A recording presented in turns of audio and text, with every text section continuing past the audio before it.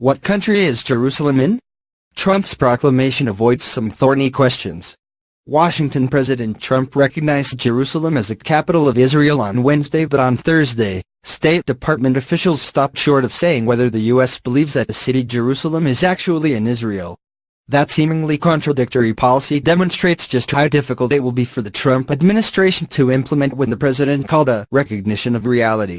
Trump's decision to move the U.S. Embassy in Israel from Tel Aviv to Jerusalem upended decades of American foreign policy, delighted conservatives in both countries, ignited protests in the West Bank, and cast the future of peace talks into doubt.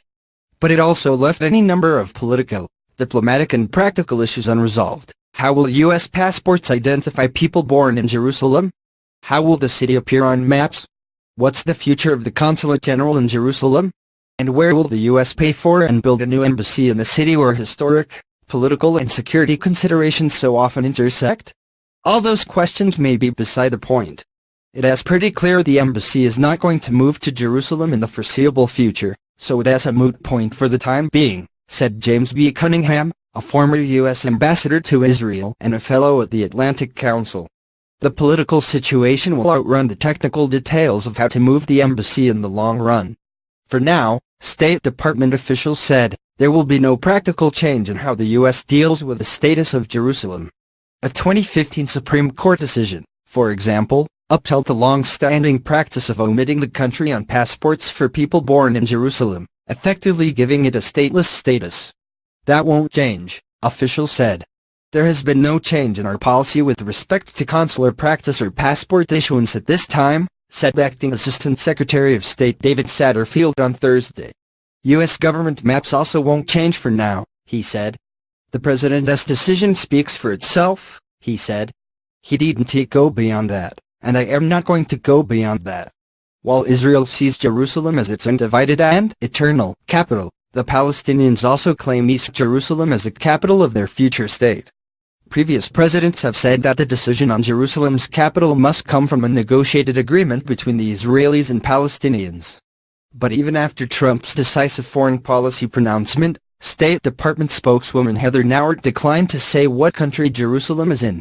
What country was the president in when he prayed at the Western Wall? An Associated Press reporter asked. We're not taking any position on the overall boundaries. We are recognizing Jerusalem as the capital of Israel, Nauert responded.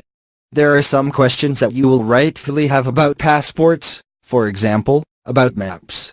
Some of those things, we are still working out.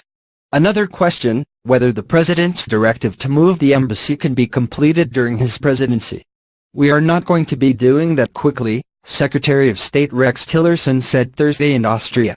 We have to acquire a site. We have to develop building plans. We'll have to construct the building. So this is not something that will happen overnight. The two most comparable embassies now under construction in Beirut, Lebanon and Islamabad, Pakistan are expected to cost more than $1 billion each. They also take years to build. The Beirut embassy broke ground in 2011 and is scheduled to open next year. Construction on the Islamabad embassy started last year and isn't expected to be completed until 2022. That doesn't include 2 or 3 years of site selection and design before construction can begin.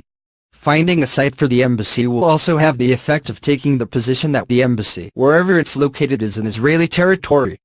But the U.S. position remains that the borders of that territory are still to be resolved by negotiations between the Israelis and Palestinians. Jerusalem is the capital of Israel. And all of the other aspects, boundaries of sovereignty, we are not taking a position. It is for the sides to resolve, Satterfield said. An embassy move could also complicate consular relations with the Palestinian territories. A consulate general in Jerusalem located on the Green Line that marks the pre-1967 borders of Israel and Palestine serves as a de facto mission to the Palestinian Authority, and is almost completely independent from the U.S. Embassy in Tel Aviv.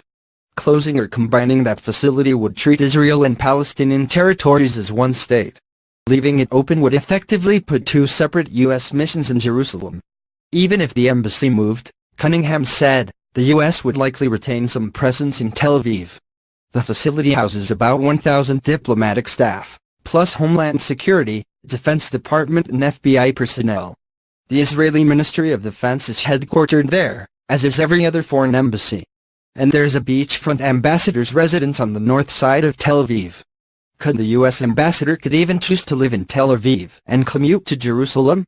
That's a very interesting question, said Cunningham, a career diplomat who served as ambassador in Tel Aviv in the George W. Bush and Barack Obama administrations. It has a really nice residence.